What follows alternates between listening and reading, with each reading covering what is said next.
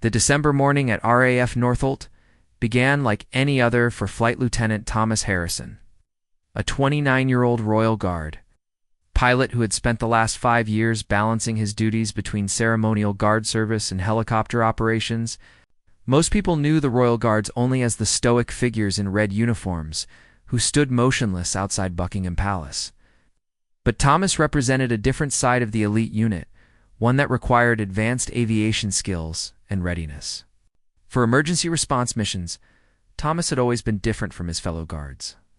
While they took pride in their ceremonial duties and the precision of their drill movements, his heart belonged to the sky. He had earned his pilot's license before joining the military and had specifically requested assignment to the helicopter squadron that supported royal protection and emergency services throughout the United Kingdom.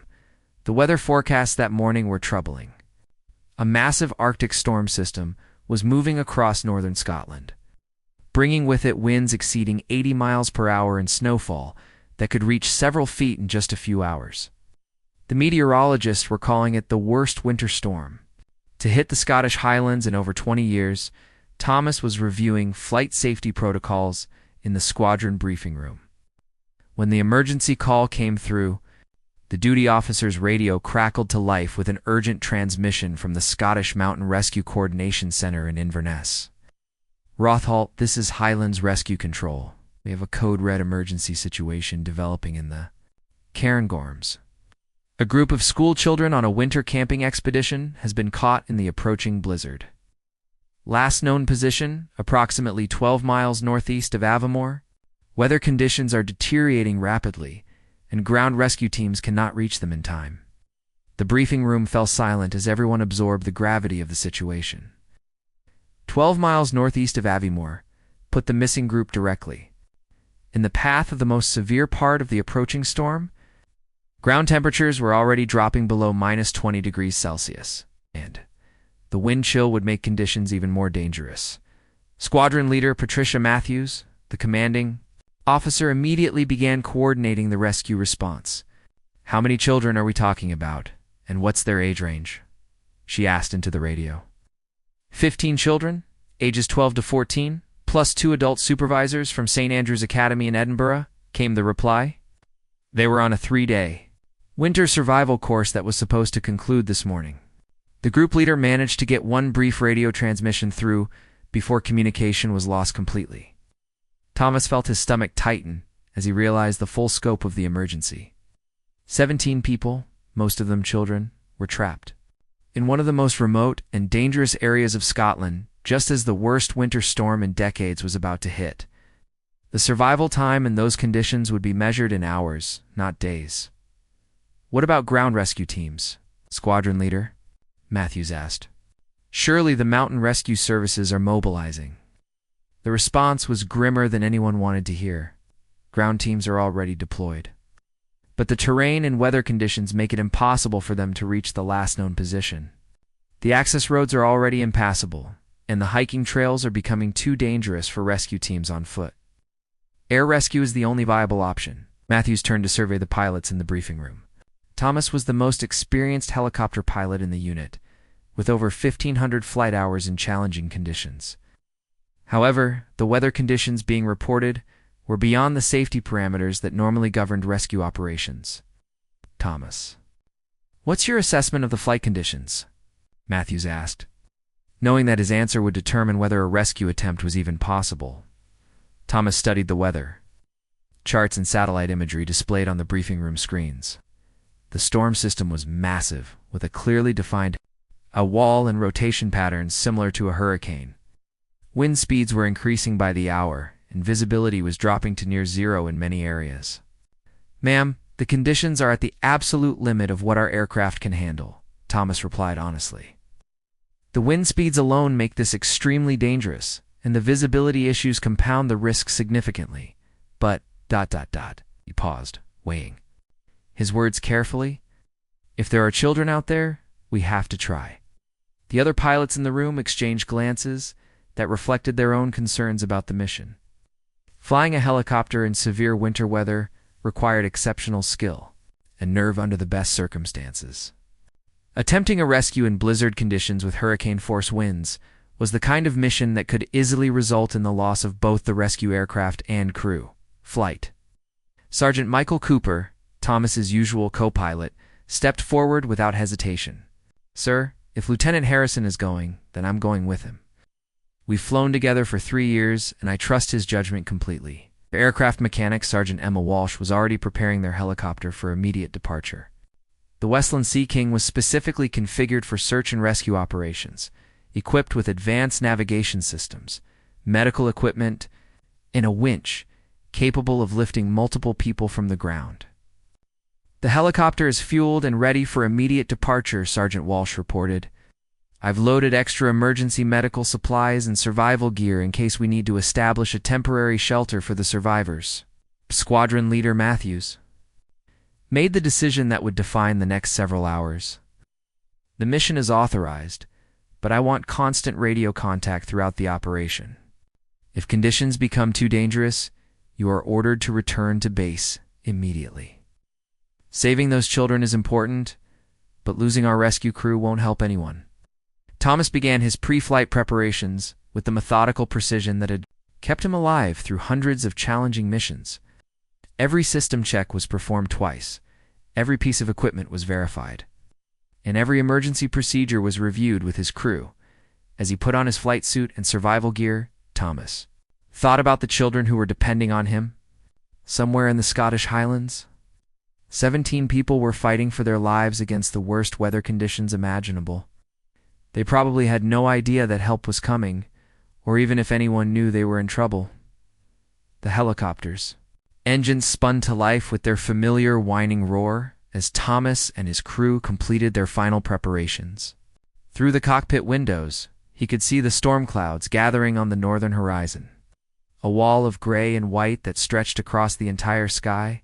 In just a few minutes, they would be flying directly into those clouds, racing against time and weather to reach people who might already be beyond help.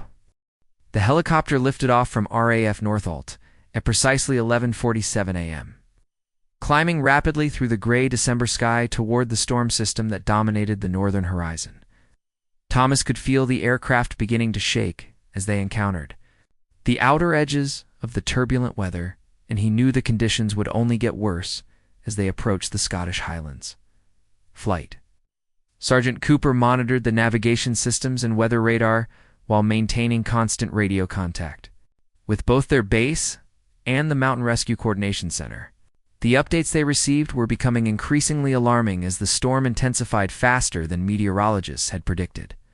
Highlands Rescue Control reports that ground temperature at the last known position of the missing group has dropped to minus 25 degrees Celsius, Cooper reported over the intercom.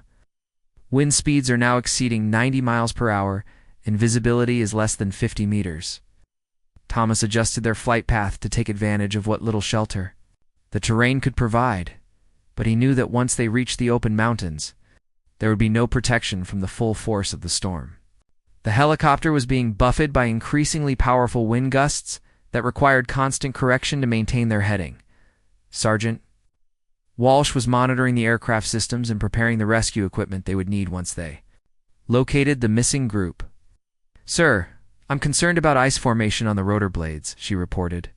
"The temperature and humidity levels are creating conditions for severe icing, which could affect our lift capacity and maneuverability." Ice formation was one of the most dangerous conditions a helicopter could encounter. As ice built up on the rotor blades, it changed their aerodynamic properties and could cause the aircraft to lose lift suddenly and catastrophically. Thomas had trained for these conditions, but experience in training exercises was very different from facing them in a real emergency. "We'll monitor the ice buildup closely and use the dicing systems as needed," Thomas replied, his voice steady, despite the growing challenges they faced. "What's our estimated time to the search area?" Cooper checked their position against the GPS navigation system. 43 minutes at current speed, but we're going to have to slow down once we enter the main storm system. The wind shear is becoming too severe to maintain full airspeed safely. As they crossed into Scottish airspace, the landscape below began to disappear under a blanket of swirling snow and clouds. The storm was moving faster than predicted, and Thomas realized that the missing group had probably been caught in blizzard conditions for several hours already. The radio crackled with an update from the Mountain Rescue Center, RF Rescue 24. We've lost all contact with ground rescue teams approaching from the south. The storm has made their route impassable, and they've been forced to retreat to safety. You are now the only rescue asset that has any chance of reaching the missing group. Thomas felt the weight of responsibility settle on his shoulders. 17 lives were depending on his ability to navigate through conditions that were beyond the normal safety limits for helicopter operations. The knowledge that he was their only hope both motivated and terrified him. The helicopter began to shake more violently as they encountered the full force of the storm system. Snow pelted the cockpit windows so heavily that visibility dropped to almost zero, forcing Thomas to rely entirely on his instruments for navigation. The constant buffeting from wind gusts required all his strength and skill to keep the aircraft under control. Ice buildup is increasing on the main rotor, Sergeant Walsh reported with concern in her voice.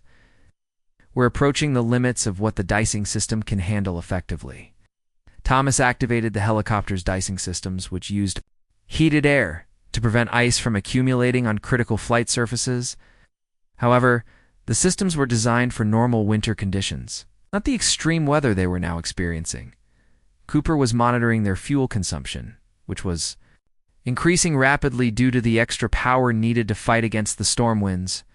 Sir, at our current rate of fuel consumption, we'll have approximately 90 minutes of flying time remaining when we reach the search area. That gives us maybe 45 minutes to locate and rescue the survivors before we have to return to base. The time constraint added another layer of pressure to an already dangerous mission. They would have less than an hour to find 17 people scattered across several square miles of mountainous terrain in near-zero visibility conditions, and then execute a rescue operation in winds that were approaching the maximum limits of what their helicopter could handle as they flew deeper into the storm. Thomas began receiving radio transmissions from other aircraft that were either turning back or declaring emergency situations due to the severe weather. A commercial airliner reported severe turbulence and requested priority landing at Edinburgh Airport. A military transport plane had been forced to divert to an alternate airport due to icing conditions. Rescue 24, this is Edinburgh Tower, came a transmission from air traffic control. We're receiving reports of extreme weather conditions throughout your flight path. What is your current status and intentions? Thomas keyed his radio microphone. Edinburgh Tower, Rescue 24 continuing to search area for missing persons. We are encountering severe conditions but maintaining flight operations within safety parameters. It was somewhat of an exaggeration to say they were within safety parameters, but Thomas knew that admitting the true extent of the danger they faced might result in orders to abort the mission. The children, trapped in the mountains, didn't have the luxury of waiting for better weather.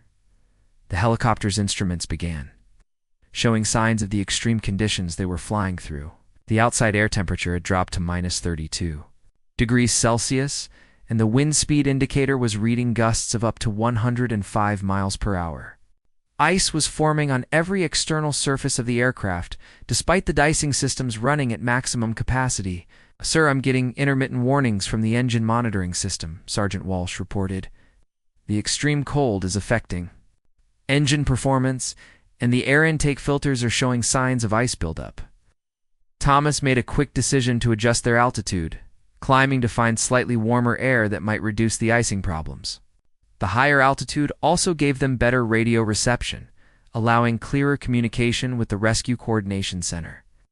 Highlands Rescue Control, RAF Rescue 24, Thomas transmitted. We are now 20 minutes from the search area. Is the latest information on the missing group's position? The response was not encouraging. Rescue 24. We have no new information on their location. The last GPS coordinates we received were over 4 hours old, and they could have moved significantly since then, seeking shelter. You'll need to conduct a grid search pattern over approximately 12 square kilometers. Searching 12 square kilometers in near-zero visibility would be like looking for a needle in a haystack, except the haystack was buried under several feet of snow, and the needle consisted of 17 people who might already be unconscious from hypothermia.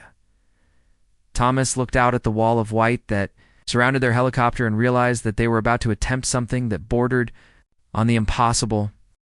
The search area appeared below them like a white void dotted with the dark shapes of partially buried trees and rock formations. Thomas began the methodical grid search pattern that would give them the best chance of locating the missing group. Flying at the lowest altitude he dared while maintaining enough height to clear the terrain safely. The helicopter's searchlight cut through the swirling snow like a lighthouse beam, illuminating small patches of ground before the blizzard swallowed the light again.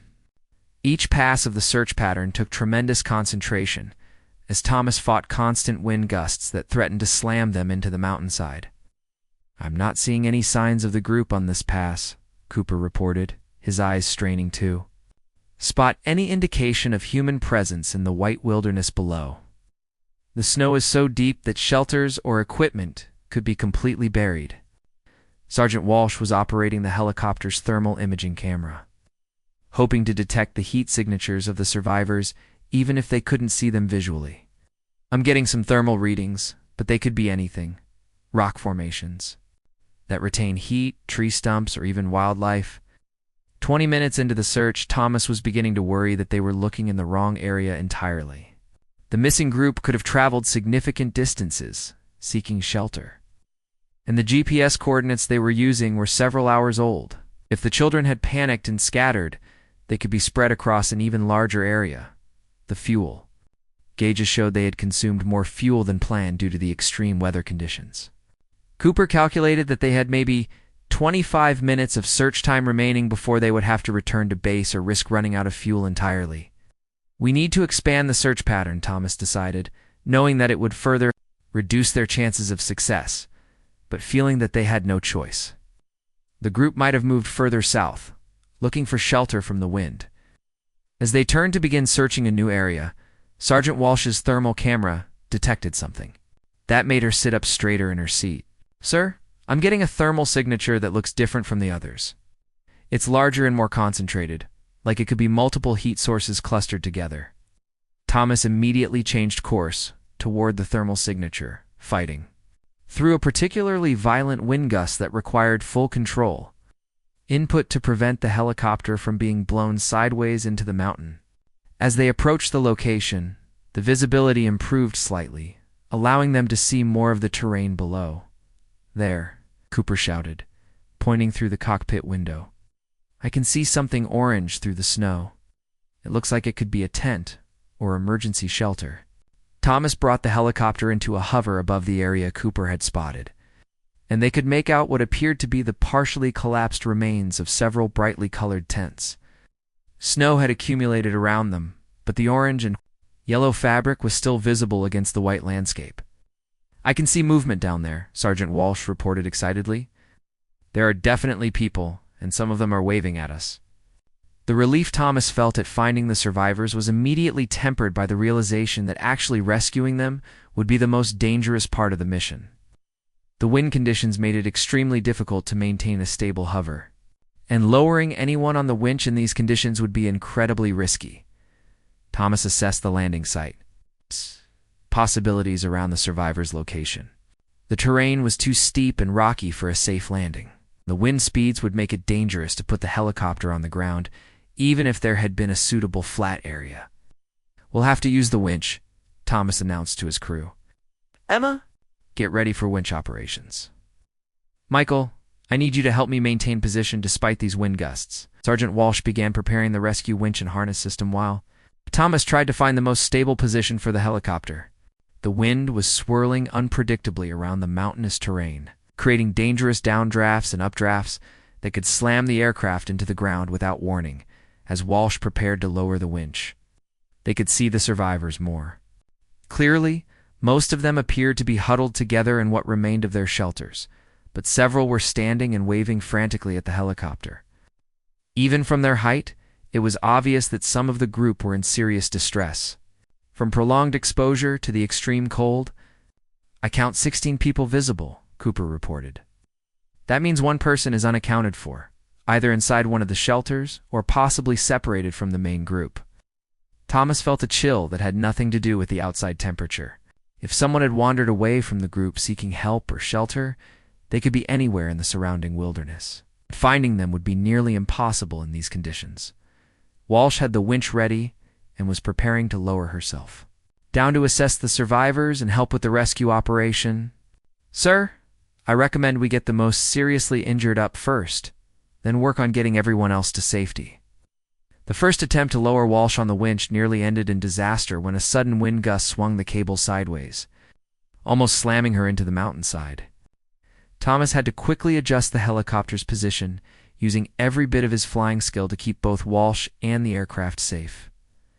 On the second attempt, Walsh managed to reach the ground safely and immediately began assessing the condition of the survivors. Her radio report was both encouraging and concerning. "We have 17 people present and accounted for," she transmitted. "Most are suffering from hypothermia and exposure, but they're conscious and mobile. 2 of the adult supervisors and 3 of the children appear to be in more serious condition and will need immediate medical attention." Thomas realized that they would need multiple trips to evacuate everyone safely, but their fuel situation was becoming critical. They might have enough fuel for one complete evacuation if everything went perfectly. But any delays or complications could leave some of the survivors stranded. "Emma, we need to work as quickly as possible," Thomas radioed. "Our fuel situation is becoming critical, and the weather is continuing to deteriorate." Walsh began the delicate process of attaching the most seriously injured survivors to the rescue harness. The children were frightened and cold, making it difficult for them to follow instructions, while the adults were struggling with the effects of hypothermia that affected their coordination and judgment. The first rescue victim, a 14-year-old girl who appeared to be suffering from severe hypothermia, was lifted successfully to the helicopter despite the challenging wind conditions. Cooper helped her into the aircraft and immediately began providing first aid and warming her with emergency blankets.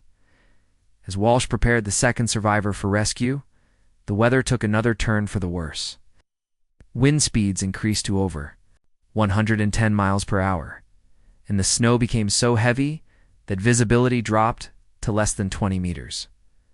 Thomas was fighting the controls constantly now, using every ounce of his skill and strength to keep the helicopter in position.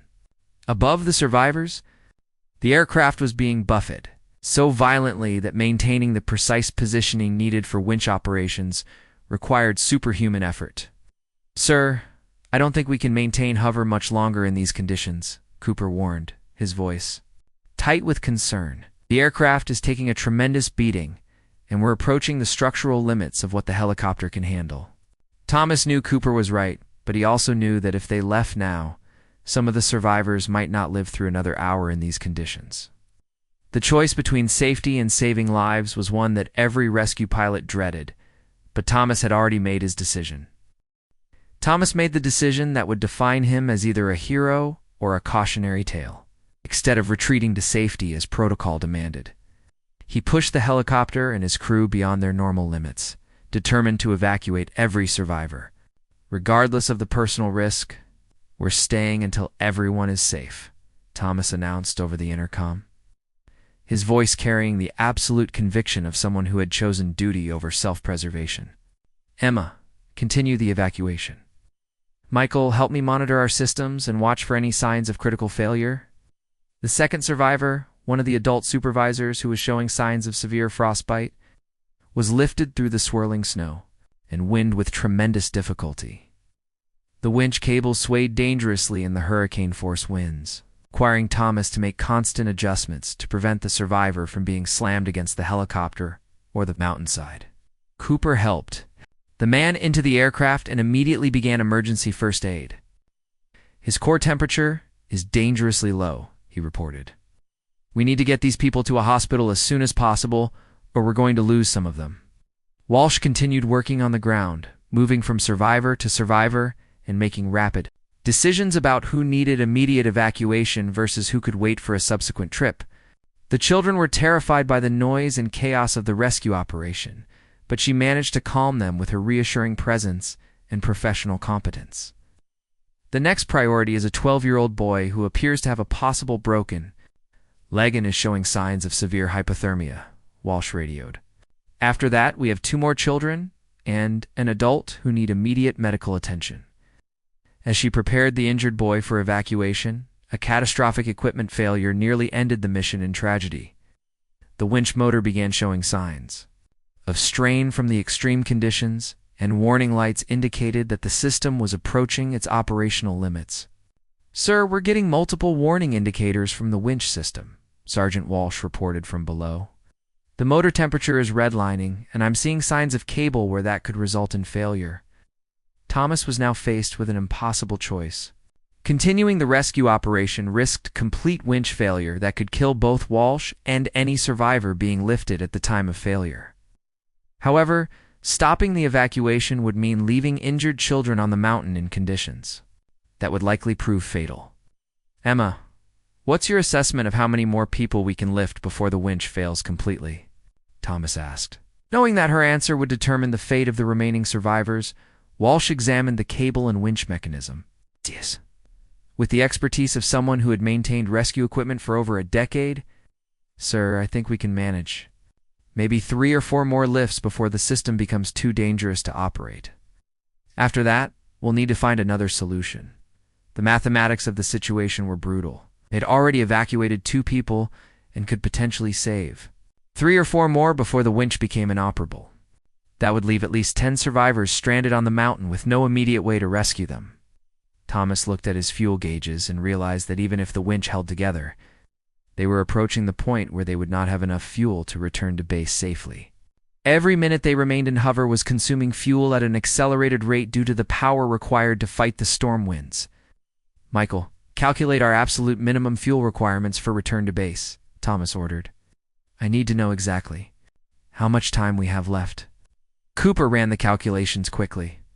Factoring in the extra fuel consumption caused by the severe weather conditions they would face on the return flight, "Sir, we have approximately 12 minutes of hover time remaining before we reach minimum fuel for safe return.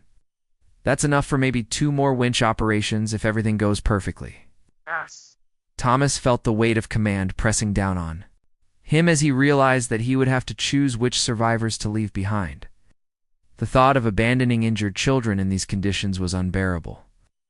But the alternative was risking the lives of his crew and the survivors they had already rescued. Sergeant Walsh made the decision easier by taking matters into her own hands.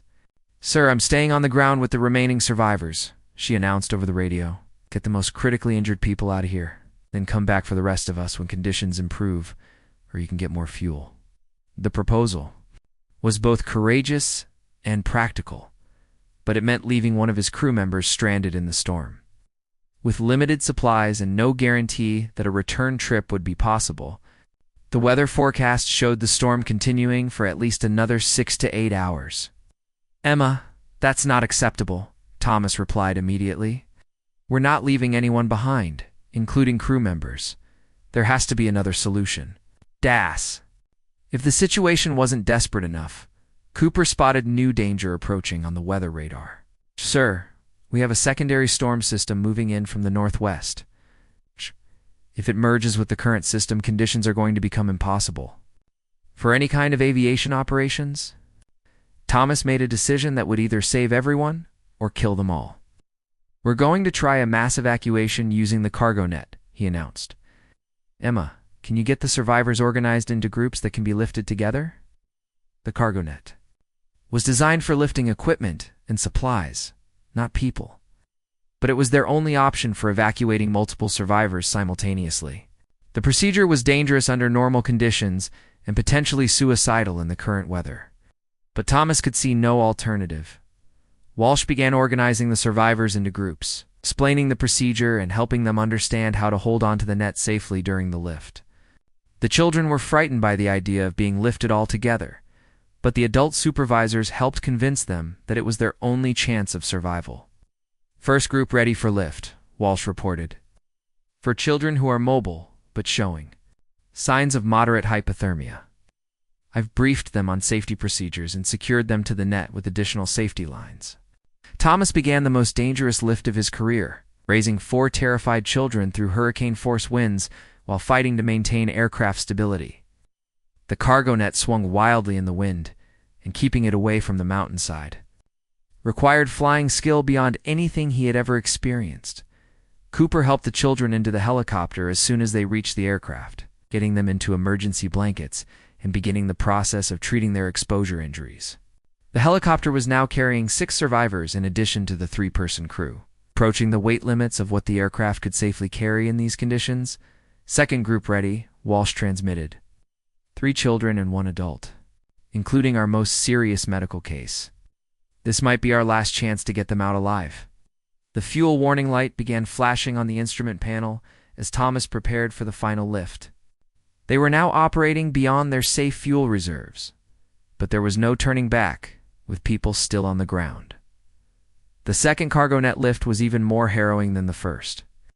As the weather continued to deteriorate and the helicopter struggled to maintain altitude with the increased weight and fuel shortage, Thomas felt the aircraft shuddering under the strain as he fought to complete the rescue operation as the final group of survivors was pulled into the helicopter. Thomas realized they still faced the most dangerous part of the mission, getting everyone back to safety with almost no fuel remaining in weather conditions that were rapidly becoming impossible for flight operations. With all 17 survivors now aboard the helicopter, Thomas faced the most dangerous flight of his career. The aircraft was loaded well beyond its normal capacity, carrying 13 children, 4 adults, and 3 crew members in conditions that would challenge an empty helicopter. The fuel situation was critical, with warning lights indicating they were operating on reserves that might not be sufficient to reach safety. Sergeant Walsh had barely managed to climb aboard before Thomas began the ascent out of the mountain valley. The helicopter struggled to gain altitude with the excessive weight. Thomas had to use every bit of his flying skill to coax performance from an aircraft that was being pushed far beyond its design limitations. "Sir, we're getting low fuel." "Warnings on all systems," Cooper reported with barely controlled anxiety in his voice. "At our current consumption rate, we have maybe 15 minutes of flying time remaining." The nearest airport capable of handling their emergency was Edinburgh, which was still over 20 minutes away under normal conditions. With the severe weather they would be flying through, the actual flight time could be significantly longer. They would be fighting headwinds that would increase fuel consumption even more. Thomas made rapid calculations in his head, weighing their options against the lives at stake. There was a small emergency airfield at Grangemouth that was closer, but less equipped to handle medical emergencies. However, getting the survivors to any safe location was better than running out of fuel and crashing in the wilderness. "Michael, get on the radio to Grangemouth Airfield," Thomas ordered. "Tell them we have a medical emergency with multiple hypothermia cases, and we're coming in on minimum fuel. We'll need ambulances standing by." The survivors huddled together. In the helicopter's cargo compartment, wrapped in emergency blankets and warmed by the aircraft's heating system, several of the children were crying from fear and pain, while others had lapsed into the dangerous lethargy that indicated severe hypothermia. Cooper and Walsh moved between them, providing first aid and monitoring their condition. "The 12-year-old boy with the possible broken leg is showing signs of shock," Walsh reported. "His pulse is weak and his breathing is shallow. We need to get him to a hospital immediately." One of the adult supervisors, a teacher named Margaret Henderson, who had stayed conscious and alert throughout the ordeal, was helping to keep the children calm and providing information about their medical conditions. 3 of the students had been showing symptoms of severe hypothermia for over 2 hours, she told Cooper. "I'm worried about Sarah and James in particular. They lost consciousness briefly before the rescue." Thomas pushed the helicopter to its maximum safe speed while battling increasingly severe weather conditions. The storm system was moving faster than predicted, and they were now flying through the worst of it with fuel running critically low and an aircraft that struggling to maintain flight. The radio crackled with a transmission from Edinburgh Air Traffic Control. "RAF Rescue 24, we're showing you approaching Grangemouth on a very low fuel emergency. Weather conditions at your destination are marginal with snow and high winds. Are you able to continue to Edinburgh for better medical facilities?" Thomas looked at his fuel gauges one more time and made the decision that would determine whether they lived or died. "Edinburgh Control, negative on continuing to Edinburgh. We are declaring a fuel emergency and proceeding directly to Grangemouth. We will not have sufficient fuel for any alternate destination." The admission that they were committed to landing at the closest available airfield, regardless of conditions, sent a chill through everyone in the aircraft who understood aviation. They were now in a situation where any unexpected delay or navigation error could result in the helicopter falling from the sky. Cooper was monitoring multiple emergency frequencies, coordinating with ground rescue services and medical teams. Sir Grangemoth reports they have 3 ambulances standing by, plus an emergency medical team with advanced life support capabilities. They're also positioning fire and rescue equipment in case of landing difficulties. The landscape below was completely obscured by blowing snow, forcing Thomas to rely entirely on instrument navigation to find the airfield. The GPS system showed they were on the correct heading, but the weather conditions made visual approach impossible until they were directly over the runway. "Fuel warning lights are now solid red," Cooper announced, his voice tight with stress. "We're flying on vapors at this point." Thomas felt the helicopter beginning to lose power as the fuel pumps struggled to deliver the last drops of aviation fuel to the engines. The aircraft's performance was degrading rapidly, and he knew they had only minutes before complete fuel exhaustion would force them down regardless of their location. Through the swirling snow, the lights of Grangemoth Airfield appeared like a beacon of hope. Thomas could see the emergency vehicles positioned around the landing area, their flashing lights creating a guide path through the blizzard conditions.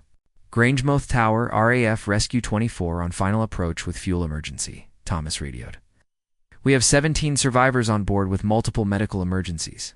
Request priority handling and immediate medical response." The landing was the most challenging of Thomas's career, requiring him to set the overloaded helicopter down gently. Despite gusty crosswinds that threatened to slam them into the ground sideways, as the aircraft touched down, one engine began showing signs of fuel starvation. But they were safely on the ground. Emergency medical teams rushed to the helicopter before the rotors had fully stopped spinning. Paramedics immediately began triaging the survivors, identifying those who needed the most urgent medical attention and preparing them for transport to hospitals throughout central Scotland. "We need immediate transport for 4 critical patients," the senior paramedic announced after his initial assessment. "Severe hypothermia, possible frostbite, and 1 suspected broken leg. The rest appears stable, but will need medical evaluation and warming treatment." Thomas finally allowed himself to relax as he watched the survivors being loaded into ambulances. 13 children and 4 adults were alive because he and his crew had been willing to risk everything to save them. The mission that had seemed impossible just a few hours earlier had succeeded against all odds. Squadron Leader Matthews arrived at Grangemoth within an hour, having driven through the storm to personally check on her crew and the survivors. She found Thomas in the airfield's operations center, completing the paperwork required after an emergency landing and fuel exhaustion incident. "Thomas, I want you to know that what you did today was either the most heroic or the most reckless thing I've ever seen," she said, with a mixture of admiration and concern. "The conditions you flew through were beyond anything we would normally consider acceptable for flight operations." Thomas looked up from his paperwork with the exhausted expression of someone who had pushed himself and his equipment to the absolute limit. "Ma'am, those children would have died if we hadn't attempted the rescue. The weather conditions were terrible, but the alternative was unacceptable." Matthews nodded, understanding the impossible position her pilot had been placed in. "The preliminary reports from the hospitals are encouraging. All 17 survivors are expected to make full recoveries, though several will require extended treatment for frostbite and hypothermia. You've saved 17 lives today, Thomas." Cooper and Walsh joined them in the operations center, both still showing signs of the stress and exhaustion from their harrowing mission. They had just finished debriefing with aviation safety officers about the extreme conditions they had encountered and the equipment failures they had overcome. "Sir, the winch system was completely destroyed," Walsh reported. "The motor burned out completely, and the cable showed signs of stress fractures that would have caused catastrophic failure if we had attempted even one more lift. We were operating on borrowed time for the last half of the rescue." Cooper added his own technical assessment of their flight. The fuel consumption was 30% higher than normal due to the weather conditions and the overweight condition of the aircraft. "If we had encountered any unexpected delays or navigation errors, we would have been forced down in the wilderness. The reality of how close they had come to disaster was sobering for everyone involved.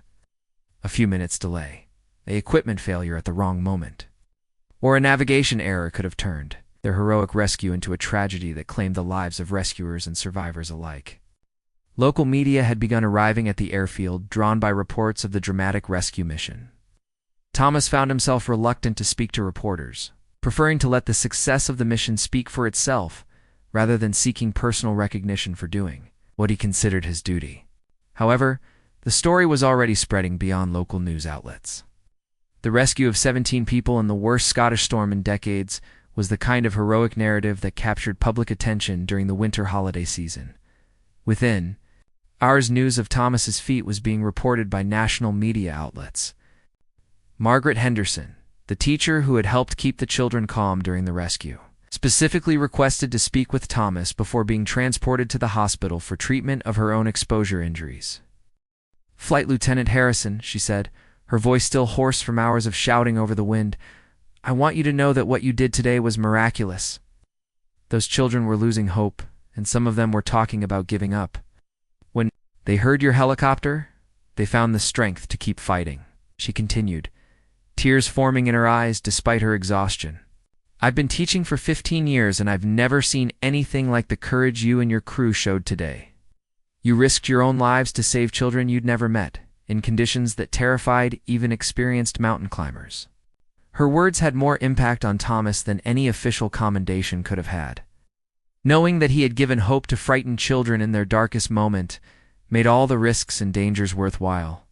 As night fell, Thomas and his crew were finally able to rest while investigators began examining the helicopter and reviewing the mission data. The aircraft showed signs of severe stress from the extreme conditions, including ice damage to the rotor blades and engine components that had been pushed beyond their normal operating limits. The weather system that had nearly claimed 17 lives continued to rage across Scotland for another 8 hours, dumping record amounts of snow and creating conditions that would have made any subsequent rescue attempts impossible. Realized that their narrow window of opportunity had been the only chance the survivors had. Word of the rescue began reaching the families of the survivors, who had been waiting anxiously for news since the group was first reported missing. Phone calls to parents and relatives brought tears of relief and gratitude as they learned that their children would be coming home safely. James Patterson, the father of one of the rescued children, drove through the storm from Glasgow to Grangemouth, despite dangerous road conditions. When he arrived at the airfield, he sought out Thomas to personally thank him for saving his 14-year-old daughter. "My Sarah called me from the hospital," Patterson said, his voice breaking with emotion. "She told me about the man who flew through the storm to rescue them. She said you were like an angel appearing through the clouds when they thought no one was coming to help them." The image of being described as an angel by a frightened child struck Thomas deeply.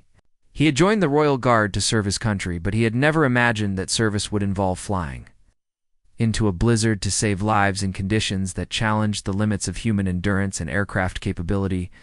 Squadron leader Matthews was already fielding calls from senior military officials who wanted to understand how one of their pilots had managed to complete a rescue mission that should have been impossible under the reported weather conditions.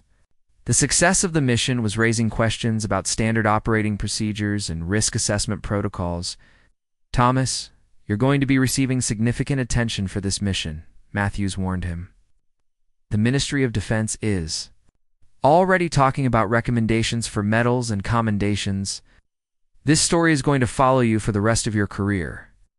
Thomas looked out at the helicopter that had carried them through the storm, its rotors still covered with ice. Despite being in the heated hangar, "Ma'am, I just want to make sure that the lessons from this mission help us save more lives in the future. If we can learn something that makes the next rescue safer or more effective, then everything we went through today will have been worthwhile." His response demonstrated the character that had enabled him to risk everything for strangers in need. Thomas Harrison was already thinking about how to help future victims rather than basking in the recognition his heroism would inevitably bring. 6 months after the rescue that made him a national hero, Flight Lieutenant Thomas Harrison found himself standing before Prince William at Buckingham Palace, preparing to receive the Distinguished Flying Cross for exceptional valor in aerial operations. The ceremony was being attended by the families of all 17 survivors, along with military dignitaries and government officials who wanted to honor his extraordinary courage. The months following the rescue had brought changes that Thomas had never anticipated. The story of his flight through the blizzard had captured the imagination of people around the world, transforming him from an anonymous royal guard pilot into a symbol of heroic service and selfless dedication. Letters poured in from around the globe, many from children who had been inspired by the story of how he had saved the Scottish school group. Schools throughout the United Kingdom invited him to speak about courage and service, while aviation organizations asked him to share the lessons learned from operating aircraft in extreme conditions. The courage you demonstrated that December day represents the finest traditions of British military service, Prince William said as he prepared to present the medal. You and your crew risked everything to save the lives of people you had never met, in conditions that challenged the very limits of human endurance and aircraft capability. The ceremony was particularly meaningful because several of the children Thomas had rescued were present to witness his recognition. Sarah Patterson, the 14-year-old who had called him an angel, had written him a letter that he kept framed in his office. Dear Flight Lieutenant Harrison, I wanted to thank you again for saving our lives. When we heard your helicopter coming through the storm, we knew that someone cared enough about us to risk their own life. I want to be a pilot like you someday, so I can help people when they need it most. Thomas had maintained contact with many of the survivors and their families, following their recovery and being amazed by their resilience. All 17 had made full recoveries from their exposure injuries, though several still bore scars from frostbite that would serve as permanent reminders of their ordeal. Margaret Henderson, the teacher who had helped keep the children calm during the rescue, had returned to her classroom with a renewed appreciation for life and a story that inspired her students every day. She had established a scholarship fund for students interested in pursuing careers in emergency services, naming it the Storm Angels Fund. In honor of Thomas and his crew, the investigation into the rescue mission had led to significant changes in military search and rescue procedures, while Thomas's decision to exceed normal safety parameters had saved 17 lives. Aviation safety experts worked to develop new protocols that would make similar rescues safer for future crews. Advanced weather detection equipment was installed in rescue helicopters, along with improved dicing systems that could handle more extreme conditions. Training programs were enhanced to prepare pilots for operations in severe weather.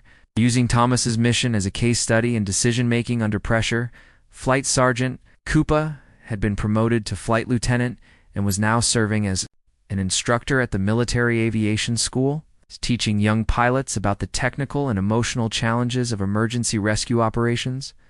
His experience during the blizzard rescue made him uniquely qualified to prepare others for similar situations.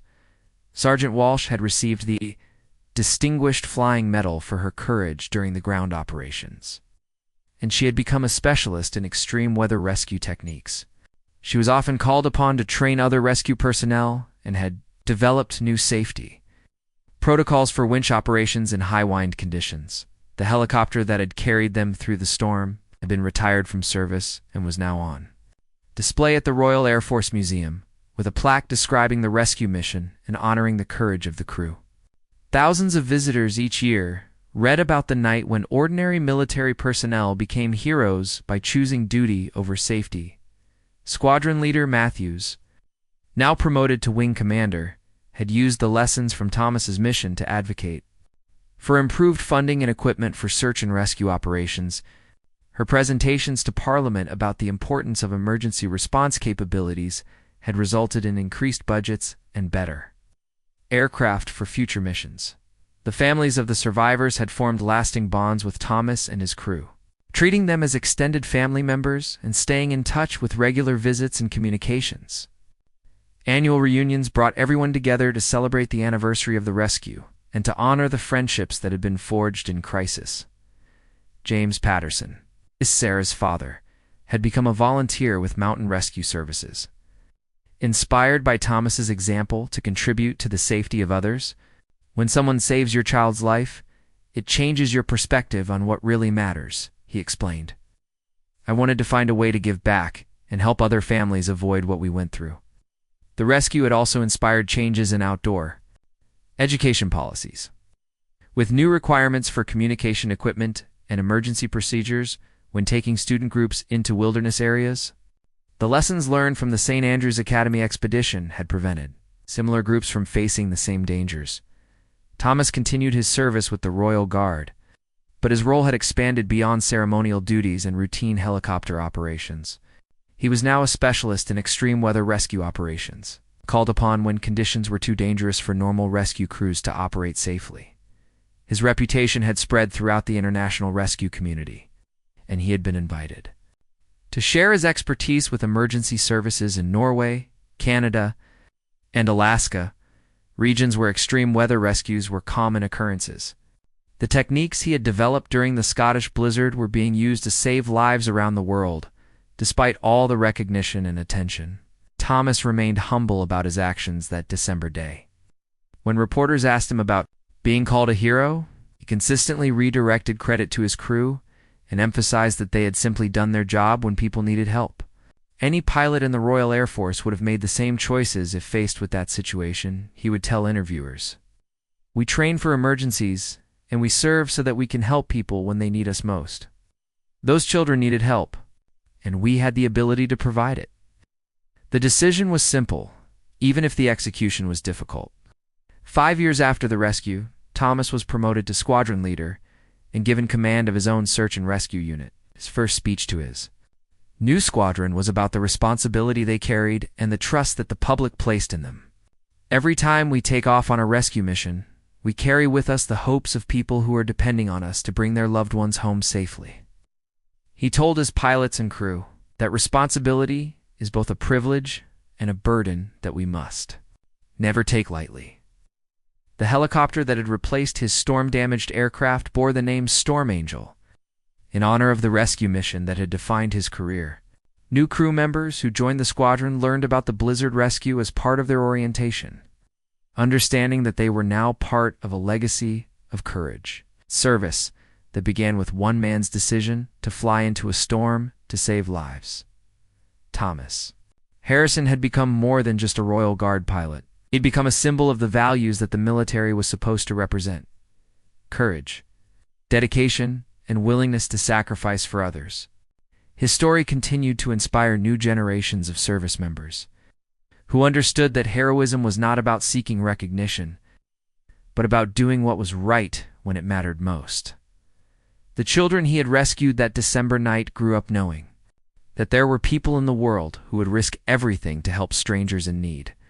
That knowledge shaped their understanding of service, courage, and responsibility, creating a legacy that would influence their own choices for the rest of their lives.